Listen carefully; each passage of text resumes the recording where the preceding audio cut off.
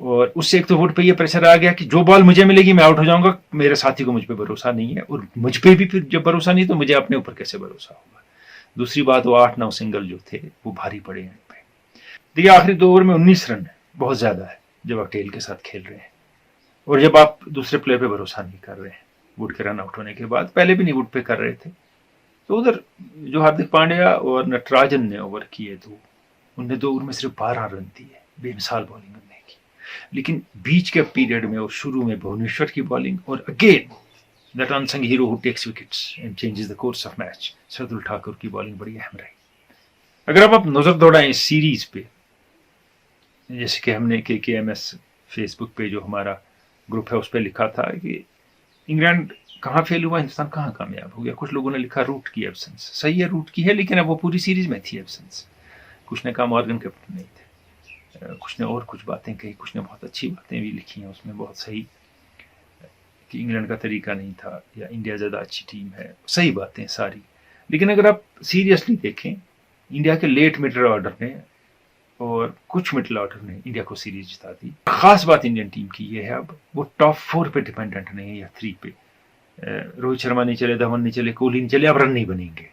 اب یہ چھوڑ دیا اس ٹیم نے. اب جو باقی کے پلیئر ہوتے ہیں, پیچھے کے پلیئر ہوتے ہیں, وہ آ کے سکور کرتے ہیں اور ان کو بھروسہ ہے ہم سکور کریں گے اور ہمیں اننگ کیسے چلانی ہے. یہ بہت بڑی بات ہے. یہ اسی طرح ٹیمیں عظمت کی طرف جاتی ہیں. اور جتنے ینگسٹر انڈیا نے یوز کیے سیریز میں, ان سب کو اپنے اوپر بھروسہ تھا ہم ڈیلیور کر سکتے ہیں. اور بات یہ ہے کہ وہ میں کئی بار کہہ چکا ہوں, اب لوگ کہہ رہے ہیں, وہ میں پچھلے 5-7 سال سے کہہ رہا ہوں, آئی پی ایل کا یہ فائدہ نہیں ہے کہ آپ نے چھکے کتنے مارے, کتنے کروڑ کمائے. آئی پی ایل کا سب سے بڑا فائدہ یہ ہے کہ آپ نے شین واٹسن, شین وارن, ڈیویلیئرس, گیل کے ساتھ ڈریسنگ روم شیئر کیا. آپ نے رباڈا اور مارس کے ساتھ ڈریسنگ روم شیئر کیا, ٹیم شیئر کی, پریکٹس کرتے دیکھا, باتیں کی, ان سے ملتے رہے, اور ان کے خلاف بھی کھیلا ایسے پلیئروں کے آپ نے, اور ڈر دور ہو گیا انٹرنیشنل ارینا کا, کیونکہ آپ اسی لیول کے کھلاڑیوں کے ساتھ ڈریسنگ روم بھی شیئر کر رہے ہیں, ان کے خلاف بھی کھیل رہے ہیں. انگلینڈ کا معاملہ یہ ہے کہ انگلینڈ بڑے قریب آیا, سیریز جیت سکتا تھا, روٹ کو انہوں نے مس کیا. 2-3 اور پلیئر اس ٹیم میں ہونے چاہیے تھے انگلینڈ کی, جو ایکسپیکٹڈ تھے, جو نہیں تھے. کچھ چینجز ہوئے, کچھ بیمار ہوئے پلیئر اس کی وجہ سے, لیکن 1 اور 2 ہیں ون ڈے میں دونوں ٹیمیں, اور they take a lot from this series India more. اس سے تھوڑا ریلیٹڈ ہے انڈائریکٹلی انڈیا کی پرفارمنس سے ترکوانگام شوپین سے مشتاق لون کا سوال. وہ کہتے ہیں کیا یہ Indian team mighty West Indies, جب وہ ڈومینیٹ کر رہے تھے کلائیو لائڈ اور ریچرڈز کی ویسٹ انڈیز, اور آسٹریلیا, مارک ٹیلر, اسٹیو وا, پونٹنگ کی آسٹریلیا, اس کی طرح یہ بھی مائٹی اور ڈومیننٹ ٹیم بننے جا رہی ہے انڈیا کی. آن کورس تو لگ رہی ہے کہ جا رہی ہے, لیکن انڈیا کے باہر اور رزلٹ اچھے دینے ہوں گے. انگلینڈ میں سیریز جیتنی ہوگی, ساؤتھ افریقہ میں جیتنی ہوگی, نیوزی لینڈ میں بہتر کھیلنا ہوگا, تب ہم اس لیول پہ اس کو مانیں گے. آسٹریلیا میں اچھا کھیلا ہے یہ مان لیا ہم نے, لیکن کچھ اور کنڈیشنز ہیں, کیونکہ اگر آپ اس کو one of the best teams of all time میں لائیں گے انڈیا کے اس فیز کو, تو پھر آپ کو ساری کنڈیشن میں ساری جگہ جیتنا ہے. صرف ایک آؤٹ سائڈ کنڈیشن میں اچھا کھیلا جو ڈیفیکلٹ تھی, باقیوں میں صرف گھر میں اچھا کھیلا, تو آپ ان کے ساتھ کنسیڈر نہیں کیے جائیں گے. لیکن team is on its way to greatness. کھیل کے میدان سے میں آگے بڑھیں گے عابد رشید بابا کے ساتھ, بعد میں بات کریں گے وہ کیا کہہ رہے ہیں, پہلے انہیں سنیں گے, ان کی تحریر ہماری ترتیب ہے. جوڑے آسمانوں پر ضرور بنتے ہیں لیکن زمین پر مکمل ہوتے ہیں. پاکستان کے سابق کرکٹر شاہد آفریدی کی صاحبزادی اقصا اور نوجوان فاسٹ بولر شاہین شاہ آفریدی کے رشتے کی بات سماجی رابطے کی ویب سائٹس پر وائرل کیا ہوئی, ان کے مداحوں کی طرف سے ورچوئل ورلڈ پر مبارکبادی کا سیلاب امڑ آیا. آفریدی خاندان میں قربت کی قیاس آرائیوں نے اس وقت حقیقت کا روپ دھارا جب شاہد آفریدی نے شاہین کے اہل خانہ کی جانب سے رشتے کے سلسلے میں رابطوں کی تصدیق کی. آفریدی خاندان کا مسکن پاکستان کے صوبے خیبر پختونخوا سے ہیں. دونوں کے درمیان خاندانی احترام میں یہ رشتہ بندھنے کی جانب گامزن ہے. نکاح ہونے کی صورت میں اس لیے بھی انوکھا ہوگا کیونکہ دنیائی کرکٹ میں کوئی سسر اور داماد ایک ہی وقت میں کرکٹ فیلڈ میں متحرک نہیں رہے. کھیل کے میدان میں ایسی کئی مثالیں ہیں جو میدان سے لے کر خاندان تک پہنچی. نیوزی لینڈ کے جاری مزاج سابق بلے باز نیتھن ایسٹل اور میک ملن نے کئی میچز میں نہ صرف کیوی ٹیم کو فتح سے ہمکنار کروایا بلکہ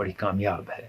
اور ایک فلو جو تھی جن کا ورلڈ ریکارڈ ہے 100 اور 200 میٹر میں، فلورنس جونیئر گرفت، انہوں نے جونیئر سے شادی کی تھی، وہ بھی امریکہ کے لانگ جمپر تھے. یہ قصہ بڑا مشہور تھا. کرس ایورٹ نے ایک زمانے میں جان لائڈ سے شادی کی تھی. جان لائڈ انگلینڈ کے ٹینس پلیئر تھے، اس پائے کے نہیں جس کی کرس ایورٹس تھی، اس کی تو بہت کم ہی تاریخ میں ہوئے، لیکن ان کی شادی تھی لیکن زیادہ دیر نہیں چلی.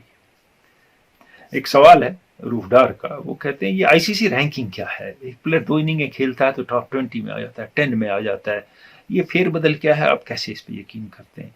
دیکھیے ایک سسٹم بنا لیا اور سب نے ایکسیپٹ کر لیا، تو ہمیں بھی ایکسیپٹ کرنا ہوگا یہ سسٹم ود اٹس فیلنگس. آپ نے ٹھیک کہا، تھوڑی سی ہے اس میں گڑبڑیں، کیونکہ ہم نے ایک چیز دیکھی تھی کہ جب اسٹیو اسمتھ 1 سال 1.5 سال باہر تھے کرکٹ سے لیکن ٹاپ 10 میں وہ تھے.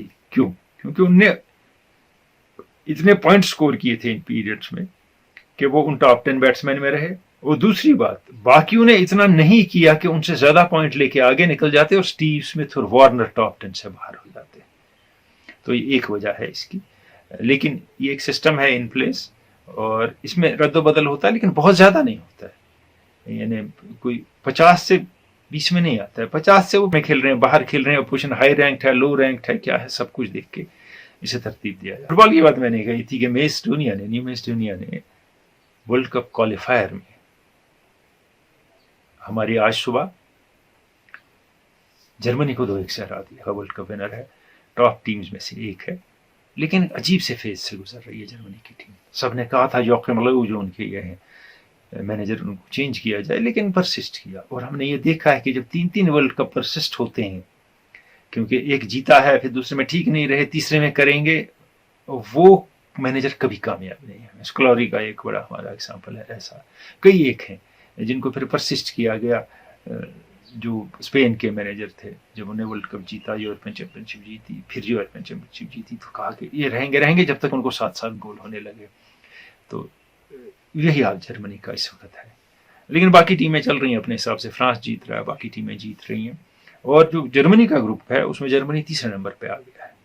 پہلے پہ آرمینیا، دوسرے پہ میسٹونیا اور تیسرے پہ جرمنی. اور یہ نہیں کہ وہ کوالیفائی نہیں کریں گے، کر سکتے ہیں عالمی کپ کے لیے، ایسی بات نہیں ہے، لیکن شوق تو ہے ان کے. ویسٹ انڈیز میں ٹیسٹ میچ جاری ہے، تو ویسٹ انڈیز نے پہلی اننگ میں 354 رن بنائے اور 250 پہ 8 ہیں. کل شام کو تھے یا آج صبح تھے ہمارے حساب سے سری لنکا کے. پھر قریبی معاملہ ہو رہا ہے میچ میں، لیکن اگر آپ دیکھیں گے کہ جو سری لنکا کی ٹیم ہے وہ پیچھے سے آگے آنے کی کوشش کر رہی ہے ہر وقت، کیونکہ کرونا رتنے فیل ہو رہے ہیں. تریوانے نے اسکور کیا اس میں، نسانکا اس وقت پھر 49 پہ کھیل رہے تھے رات کو، پچھلے میچ میں ڈیبیو سینچری بنائی تھی ان نے. اور سری لنکا میں کچھ پلیئر نہیں ہیں ان کے ٹاپ، یہ بھی ایک وجہ ہے ان کی، میتھیوز سمیت. لیکن ویسٹ انڈیز بہت اچھا کھیل رہا ہے. بریتھویٹ کی سینچری ہے، کارنوال نے 70+ سکور کیا بہت لیٹ آ کے، میئرز نے پھر 49 بنائے. اور صرف جو وکٹ لے رہا ہے سری لنکا کی طرف سے، وہ پہلے میچ میں بھی لکھمل نے لیا، اس میں بھی پہلے اننگ میں لکھمل نے ہی لیا. آئی پی ایل کی خبر یہ ہے کہ پنت ڈیلی کیپٹلز کے کیپٹن ہوں گے، کیونکہ شریش ایئر زخمی ہیں اور ان کے انڈر کھیلنے والے کھلاڑیوں میں اسمتھ بھی ہوں گے اور شکھر دھون بھی ہوں گے اور بڑے کھلاڑی ہوں گے. ایک اور خبر آئی پی ایل سے یہ آئی ہے کہ جیسن رائے کو سن رائزرز نے لے لیا ہے. ان کو کسی نے آپشن میں نہیں لیا تھا، کیونکہ مچل مارش نے کہا ہے کہ یہ زیادہ دیر بایو ببل میں رہنا میرے لیے اچھا نہیں ہے. اور مچل مارش سے مجھے یاد آیا کہ جب آسٹریلیا او ڈی آئیز کھیلتا ہے، T20 کھیلتا ہے، مارش ٹیم میں کیوں نہیں ہوتے ہیں؟ بنگلہ دیش کی ٹیم سری لنکا کا دورہ کرنے جا رہی ہے اور انہوں نے کہا ہے کہ نیشنل کرکٹ لیگ میں جو بھی کھلاڑی ہے جس کو جانا ہے سری لنکا کھیلنے، وہ آخری میچز جو ہیں وہ نہ کھیلے، فورفٹ کرے، ان سے باہر رہے، کیونکہ آگے جا کے بایو ببل سچویشن ہے، بہتر ہے ابھی تھوڑے ریلیکسڈ رہیں گے. دیکھیے کتنی تبدیلی آ گئی کھیلوں میں، کیا حالات ہو رہے ہیں کھیلوں کے، لیکن کھیل چل رہے ہیں، لوگ مینیج کر رہے ہیں. اور کشمیر میں بھی بہت میچز ہو رہے ہیں، ٹورنامنٹس ہو رہے ہیں، لیکن ہم مینیج نہیں کر رہے ہیں. یہاں کووڈ بہت تیزی سے بڑھ رہا ہے اور ہمارا معاملہ یہ ہے کہ ہم ٹوٹلی کوئی پریکاشن نہیں لیتے ہیں میچ میں. ایک ہی جگہ پانی پیتے ہیں، گلے ملتے ہیں، جھپیاں مارتے ہیں اور ایک ہی جگہ بیٹھے ہیں ساتھ ساتھ، کچھ بھی نہیں، یہ سوچ کے کہ ہم جوان ہیں نہیں ہوگا. ایسا بالکل نہیں ہے. ایک تو آپ کو ہو سکتا ہے اور آپ کیری کر کے اپنے گھر میں جو ماں باپ ہیں، بڑے بزرگ ہیں، ان کو کووڈ دے سکتے ہیں، ان کے لیے مشکل ہو سکتی ہے. کھیلیں لیکن SOPs جو ہیں ان پہ بھی چلیں. سجاد شاہ کا سوال ہے، کہتے ہیں فینٹیسی ڈریم ٹیمز وغیرہ یہ کیا معاملہ ہے؟ دیکھیے یہ بیسیکلی ایک قسم کا تھوڑا واٹر ڈاؤن جو ہے کہ آپ کو ایک ٹیم سلیکٹ کرنی ہے، 2 ٹیمیں جو کھیل رہی ہیں اس میں سے آپ کو ایک ٹیم بنانی ہے، اور جو آپ کو ایک ٹیم بنانی ہے اس میں دیا ہے کہ آپ کس ٹیم سے کتنے لے سکتے ہیں، بالر کتنے لے سکتے ہیں، بیٹسمین کتنے لے سکتے ہیں، اسی حساب سے ایک ٹیم ترتیب دینی ہے۔ پھر جو آپ نے ٹیم ترتیب دی، جو میچ ہوا جس کی ٹیم نے ہائی اسکور کیا، بیسٹ پرفارمنس دی، اس کی ٹیم کو جیت گیا۔ پھر کتنوں کی سیم ہوگی، پھر اس میں پیسہ ڈسٹریبیوٹ ہوگا اور کتنا پیسہ آپ نے لگایا ہوگا اس حساب سے۔ اب اس میں ایک سوال اٹھتا ہے کہ اگر بورڈ پریزیڈنٹ، ٹیم کا کیپٹن، فارمر کیپٹن، اور جو کھیل رہے ہیں خاص کر وہ پلیئر بھی یہ کرتے ہیں، تو کیا وہ پرفارمنس اور رزلٹ مینیپولیٹ نہیں کر سکتے اس ڈریم ٹیم کے لیے؟ فار فیسٹ ہے لیکن پاسبلٹی ہے، اور کلیش آف انٹرسٹ ضرور ہے۔ جو کل ایک روزہ میچ ہونے والا ہے وہ میچ ساؤتھ افریقہ اور پاکستان کے درمیان ہے۔ ساؤتھ افریقہ میں بہوما کیپٹن ہوں گے، وہ شارٹر فارمیٹ کے کیپٹن بنا دیے گئے ہیں اگلے عالمی کپ تک، تو پاکستان کے بابر اعظم لیڈ کریں گے ٹیم کو۔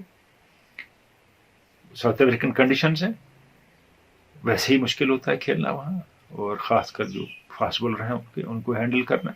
لیکن ایک چیز بڑی اہم ہے جس کی طرف ہمیں دھیان دینا ہوگا، سوچنا ہوگا۔